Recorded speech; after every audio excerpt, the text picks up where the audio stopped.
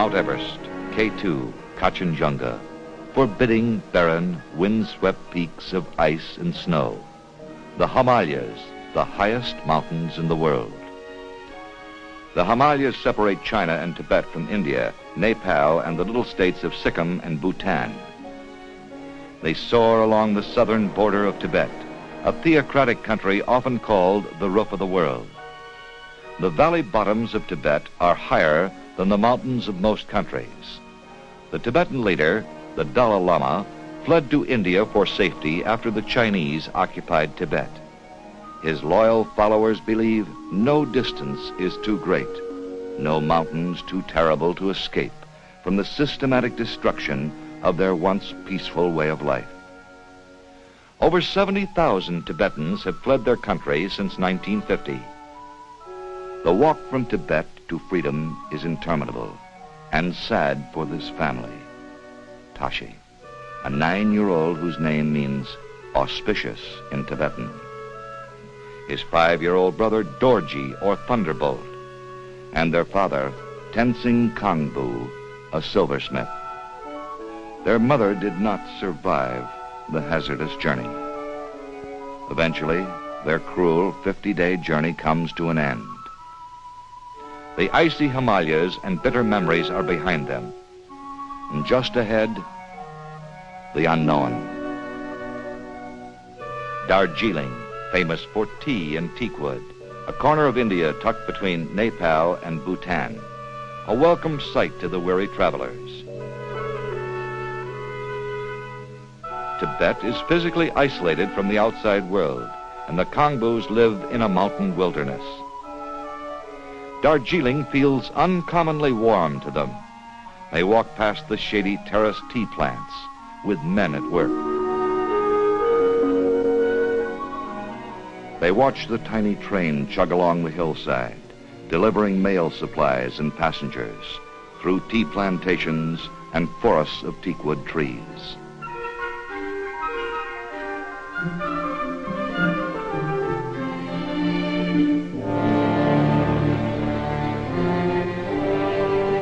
They see Indians and shaved head monks, the Kamba guerrilla fighters, the Tibetan refugees like themselves, who sold their short swords and their turquoise and their prayer wheels and everything they own, except the rags they stand in.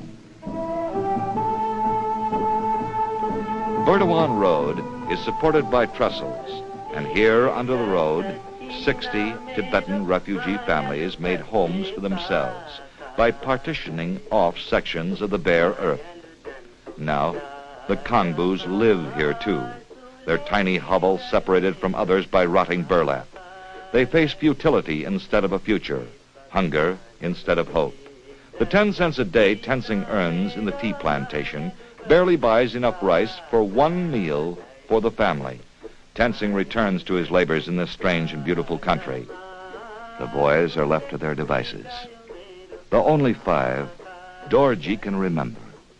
The elaborate silver frames his father fashioned to enshrine the pictures of their beloved Dalai Lama. But 9-year-old Tashi is restless, bored, hungry, ready for mischief. He can pick a flower, but he can't eat it. He can stroll through the bazaar, but he has nothing to sell or money to buy. He could talk to someone to ease the loneliness, but he can't speak the Indian language, and they can't speak his. He can watch the vendors, his stomach groaning with hunger as he eyes the fruit. He knows the pain they suffered to get to Darjeeling, but now that they're here, is poverty and destitution their future? As he returns to the hovel to wait for his father and food, Tashi stops to watch boys at play, although he doesn't know why they laugh and yell over this funny, soft, round thing. This boy is Tibetan, too. They speak the same language. Strange, but the boy Topge isn't hungry, and he doesn't wear rags. Topge answers Tashi's onslaught of questions, and he takes him to the Tibetan Refugee Self-Help Center at Hillside, facilities and land rented from St. Joseph's College for a nominal fee. Tashi listens eagerly as Topgay tells him about the work and school and food at the center and all about Nancy. Within minutes, Tashi warms to the welcoming smile of Nancy Tondup. Nancy is Mrs. Gilo Tondup, the wife of an older brother of the revered Dalai Lama. She, more than anyone else, is the moving force in the Tibetan Self-Help Center's organization and operation. Its purpose is to help the refugees help themselves. CARE recognizes the assistance needed to develop new skills and improve health standards while the refugee situation is still fluid and there's a chance for rehabilitation. Otherwise, the Tibetans might become mired in apathy and resentment, which characterizes so many older refugee groups in the world. Nancy encourages Tashi to return with his brother and father. But Tenzing does not understand what Tashi tells him. After futile, desperate months in Darjeeling, he's afraid he'll suffer another disappointment. And so, he spins his prayer wheel and asks his Buddha for guidance.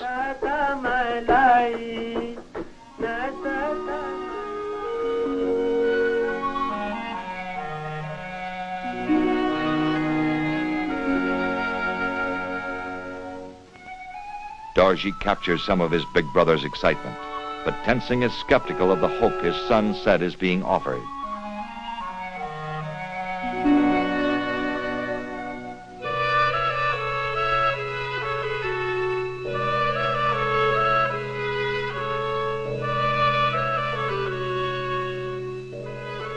Tenzing listens to Nancy in their native tongue.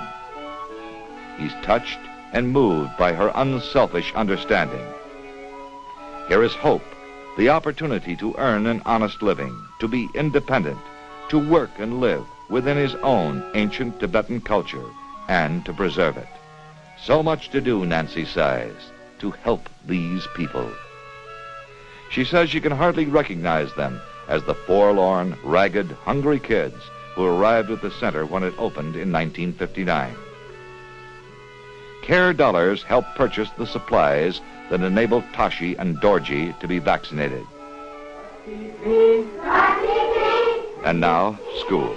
A satisfying experience for a boy with Tashi's lively mind.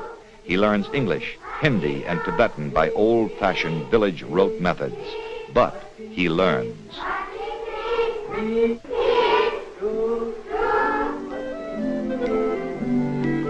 Lunchtime really and truly means food.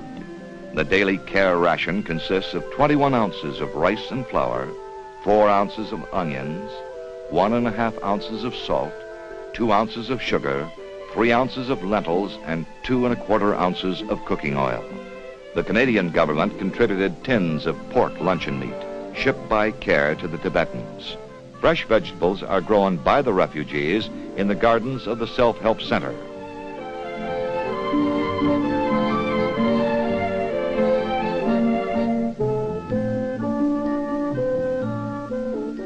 They learn discipline, too, responsibility and independence. Somehow, dishwashing isn't a chore.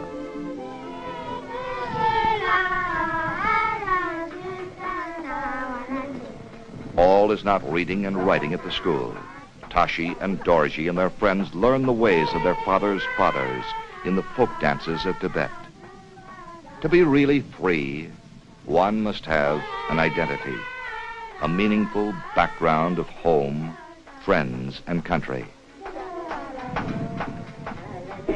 As Mrs. Thandup escorts him, Tenzing begins to realize the significance of the center. He understands it's run as a residential and production center.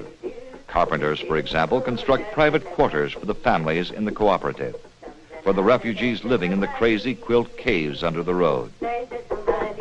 Eventually, the center will have room for 300 refugees, but there's a great deal yet to be done before this becomes a reality. Tenzing sees how each Tibetan works at his craft. He's happy to see the familiar sight of women stamping wool, combing and carding it. Over 500,000 care dollars provide the self-help equipment.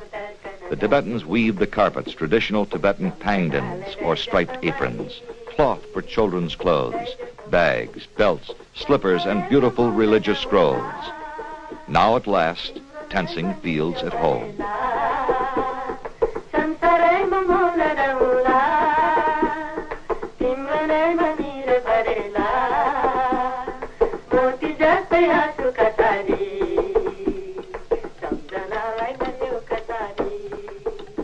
He enjoys the sound of the hammering of the metal, and once again his nimble fingers will work silver. Best of all, Tenzing will support his little family.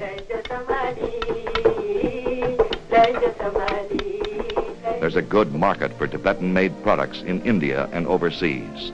The Indian Cooperative Union has organized a number of large handicraft cooperatives, advised others, and provided its own facilities for marketing Tibetan handicrafts. Nancy Tondup hopes the center will be entirely self-sufficient in a few years.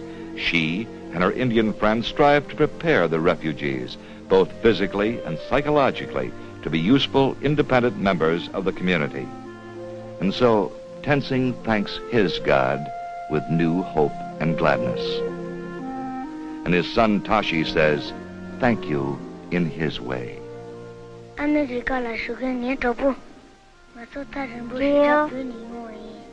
friend in America, every day my brother Doji and I go to school at Hillside.